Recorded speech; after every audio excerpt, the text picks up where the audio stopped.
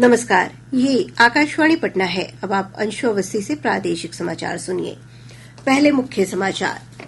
कोलकाता में प्रशिक्षु महिला डॉक्टर से कथित दुष्कर्म और हत्या के मामले में डॉक्टरों की हड़ताल जारी। भारतीय चिकित्सा संघ ने कल देश भर में गैर आपातकालीन सेवाएं बंद करने की घोषणा की। चुनाव आयोग ने जम्मू कश्मीर और हरियाणा के लिए विधानसभा चुनाव की घोषणा की। जम्मू कश्मीर में 3 चरणों और हरियाणा में 1 चरण में वोटिंग होगी। राज्य के विभिन्न भागों में भारी बारिश से नदियों के जलस्तर में बढ़ोतरी जारी। सहरसा मानसी रेलखंड पर बाढ़ के खतरे को देखते हुए रेलवे ने निगरानी बढ़ाई। और कृतज्ञ राष्ट्र ने पूर्व प्रधानमंत्री अटल बिहारी वाजपेयी की पुण्यतिथि पर श्रद्धांजलि अर्पित की। मुख्यमंत्री नीतीश कुमार ने पुण्यतिथि को राजकीय समारोह के रूप में मनाए जाने की घोषणा की। अब समाचार विस्तार से।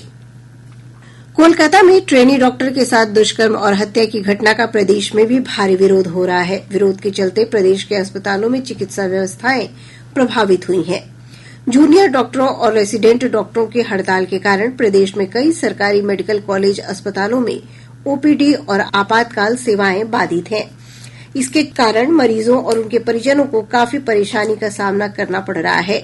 कई महत्वपूर्ण ऑपरेशन भी टालने पड़े हैं। हमारे संवाददाता ने बताया कि एम्स पटना में भी विरोध प्रदर्शन जारी है।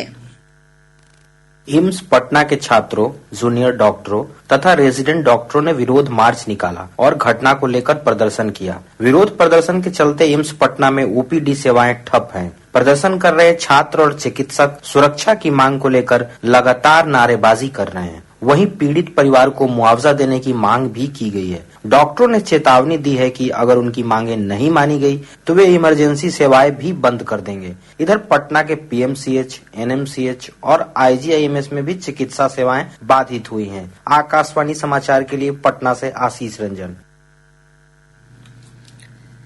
इंडियन मेडिकल एसोसिएशन आईएमए ने कल सुबह से 24 घंटे के लिए देश भर में चिकित्सा सेवाएं बंद करने की घोषणा की है।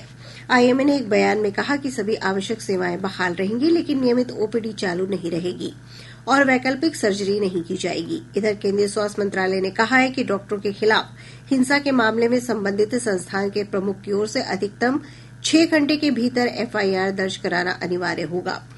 स्वास्थ्य सेवा महानिदेशक अतुल गोयल ने इस संबंध में केंद्र सरकार के अस्पतालों और मेडिकल कॉलेजों के प्रमुख को पत्र लिखा है। ये निर्देश हाल ही में कोलकाता में एक प्रशिक्षु डॉक्टर की हत्या की घटना और इस मुद्दे पर रेजिडेंट डॉक्टरों के विरोध के मद्देनजर आया है। डॉक्टरों की हड़ताल से मरीजों को काफी परेशानियों का सामना करना पड़ रहा है। दूर दराज से आए मरीज इलाज के अभाव में लौट रहे हैं। हाँ, इलाज बंद है। बच्चा के सुइया दियावे तो 2 पड़ गया है, तेरा बाद बंद है और बच्चा के दिखाने वाला है तो डॉक्टर सामने नहीं बैठ रहा है। ये कोई गारंटी नहीं है जो कई दिन में खुलेगा। 2 दिन आपसी तो चल गई। वो बच्चा मरेगा भाई, सियान मरेगा। हाँ, दूर दूर से आते हैं, चाहे भी लगे में है, इलाज न होगा तो बचेगा कौन किया। चुनाव आयोग ने जम्मू कश्मीर और हरियाणा के लिए विधानसभा चुनाव की घोषणा कर दी है। मुख्य चुनाव आयुक्त राजीव कुमार ने आज नई दिल्ली में पत्रकारों को बताया कि जम्मू कश्मीर में परिसीमन के बाद बनी 90 सीटों के लिए 3 चरणों में मतदान होगा। 18 सितंबर को पहले चरण, 25 सितंबर को दूसरे चरण और 1 अक्टूबर को तीसरे चरण में वोट डाले जाएंगे। वहीं हरियाणा में 1 अक्टूबर को एक ही चरण में सभी 90 सीटों के लिए वोट डाले जाएंगे। दोनों राज्यों में वोटों की गिनती 4 अक्टूबर को की जाएगी। भारतीय अंतरिक्ष अनुसंधान संगठन इसरो ने आज पृथ्वी अवलोकन उपग्रह और एसआरओ उपग्रह का सफलतापूर्वक प्रक्षेपण किया। इन उपग्रहों को लघु उपग्रह प्रक्षेपण यान SSLV-D3 की तीसरी उड़ान के जरिए अंतरिक्ष में भेजा गया है।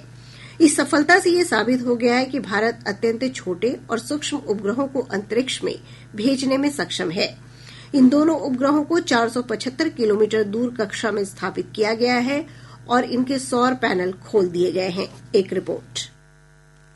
लघु उपग्रह प्रक्षेपण यान SSLV-D3 ने आज सुबह ठीक 9:17 पर सतीश धवन अंतरिक्ष केंद्र श्रीहरिकोटा से उड़ान भरी। इसरो केंद्र और दर्शक दीर्घा में उपस्थित सभी लोगों की तालियों के बीच रॉकेट अंतरिक्ष में उड़ गया। मिशन का उद्देश्य एवियोनिक सिस्टम का सफलतापूर्वक परीक्षण करना और भारतीय अंतरिक्ष उद्योग के भविष्य के उपक्रमों के लिए एक सुदृढ़ आधार प्रदान करना है। ये उपग्रह निगरानी, आपदा निगरानी, आग का पता लगाने, ज्वालामुखी गतिविधियों, औद्योगिक और बिजली बिजली संयंत्र आपदाओं जैसे अनुप्रयोगों के लिए दिन और रात के दौरान इंफ्रारेड तस्वीरें भेजेगा। चेन्नई से जॉय की रिपोर्ट के साथ समाचार कक्ष से अमन यादव। कृतज्ञ राष्ट्र ने आज पूर्व प्रधानमंत्री अटल बिहारी वाजपेयी की पुण्यतिथि पर श्रद्धांजलि अर्पित की। उनका निधन 16 अगस्त 2018 को हुआ था। 27 मार्च 2015 को उन्हें देश के सर्वोच्च नागरिक सम्मान भारत रत्न से सम्मानित किया गया। एक रिपोर्ट। हास्य रुदन में, तूफानों में, अमर संख्यक बलिदानों में, उद्यानों में, वीरानों में, अपमानों में, सम्मानों में उन्नत मस्तक उभरा सीना, पीड़ाओं में पलना होगा, कदम मिलाकर चलना।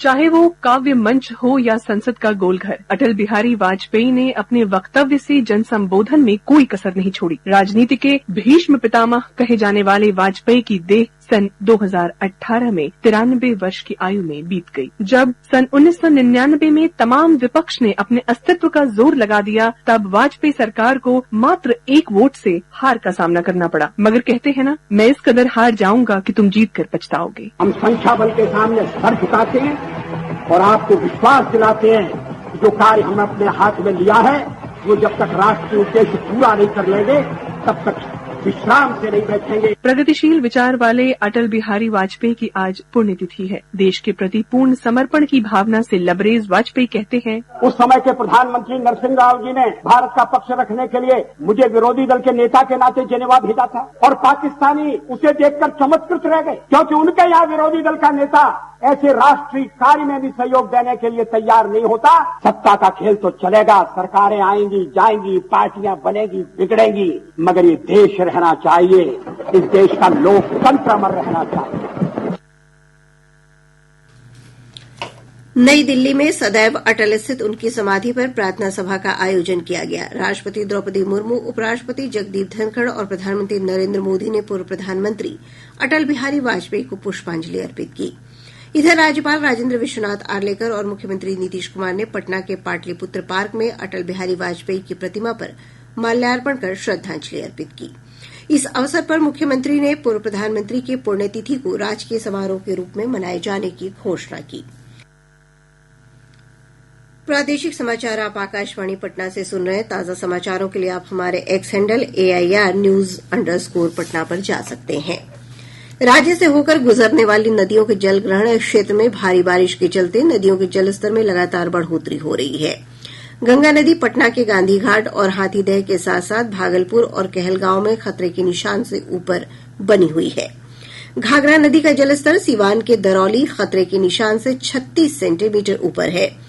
वहीं जिले के गंगपुर सिसवन में जलस्तर लाल निशान के पास बना हुआ है। गंडक नदी का जलस्तर गोपालगंज के डुमरिया घाट में लाल निशान से 26 सेंटीमीटर ऊपर रिकॉर्ड किया गया।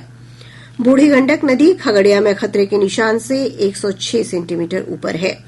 फिलहाल नदी का जलस्तर स्थिर बना हुआ है। बागमती नदी मुजफ्फरपुर के बेनीबाद में 82 सेंटीमीटर, कोसी नदी का जलस्तर खगड़िया के बलतारा में 137 सेंटीमीटर और कटिहार के कुर्सेला में लाल निशान से 105 सेंटीमीटर ऊपर है। वहीं परमान नदी अररिया में खतरे के निशान से 18 सेंटीमीटर ऊपर है। इधर बेगूसराय जिले के बाढ़ प्रभावित 7 प्रखंडों में गंगा नदी के जलस्तर में कुछ कमी आने से लोगों ने राहत की सांस ली है। हमारे संवाददाता ने बताया है कि जिला प्रशासन की ओर से बड़े पैमाने पर राहत और बचाव अभियान चलाया जा रहा है।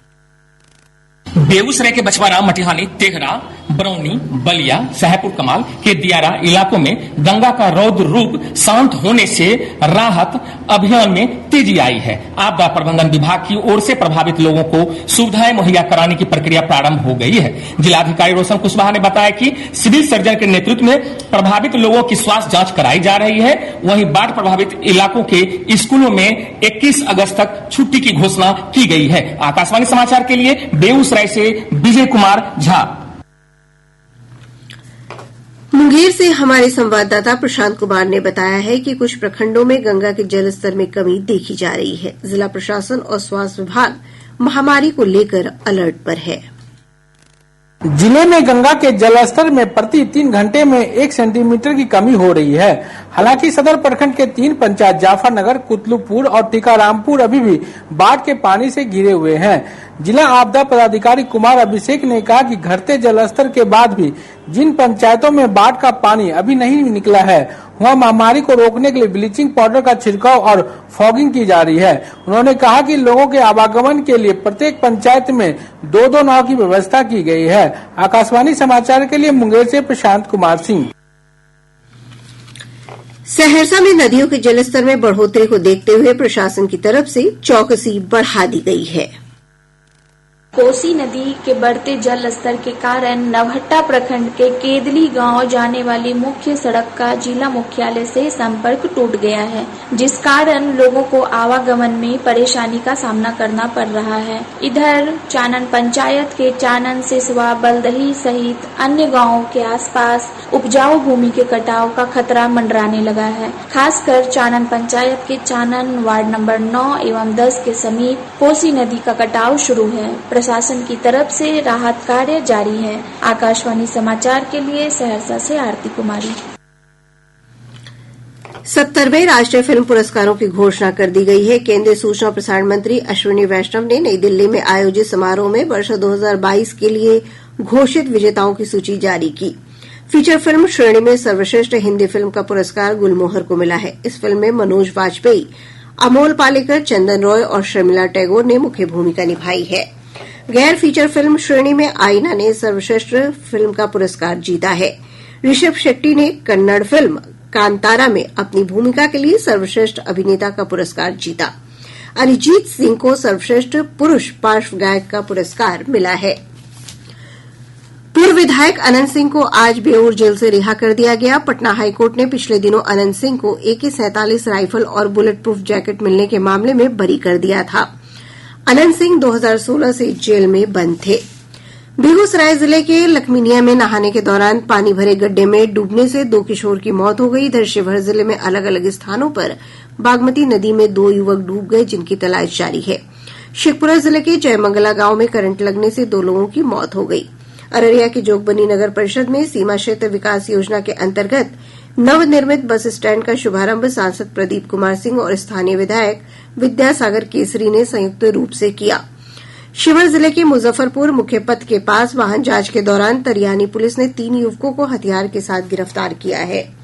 शेखपुरा जिला न्यायालय ने हत्या के मामले में दोषी को आजीवन कारावास और 20,000 रूपये के जुर्माने की सजा सुनाई है। और अब अंत में मुख्य समाचार एक बार फिर। कोलकाता में प्रशिक्षु महिला डॉक्टर से कथित दुष्कर्म और हत्या के मामले में डॉक्टरों की हड़ताल जारी। भारतीय चिकित्सा संघ ने कल देश भर में गैर आपातकालीन सेवाएं बंद करने की घोषणा की। चुनाव आयोग ने जम्मू कश्मीर और हरियाणा के लिए विधानसभा चुनाव की घोषणा की। जम्मू कश्मीर में 3 चरणों और हरियाणा में 1 चरण में वोटिंग होगी। राज्य के विभिन्न भागों में भारी बारिश से नदियों के जलस्तर में बढ़ोतरी जारी। सहरसा मानसी रेलखंड पर बाढ़ के खतरे को देखते हुए रेलवे ने निगरानी बढ़ाई। और कृतज्ञ राष्ट्र ने पूर्व प्रधानमंत्री अटल बिहारी वाजपेयी की पुण्यतिथि पर श्रद्धांजलि अर्पित की। मुख्यमंत्री नीतीश कुमार ने पुण्यतिथि को राजकीय समारोह के रूप में मनाए जाने की घोषणा की। इसके साथ ही आकाशवाणी पटना से प्रसारित प्रादेशिक समाचार का ये अंक समाप्त हुआ।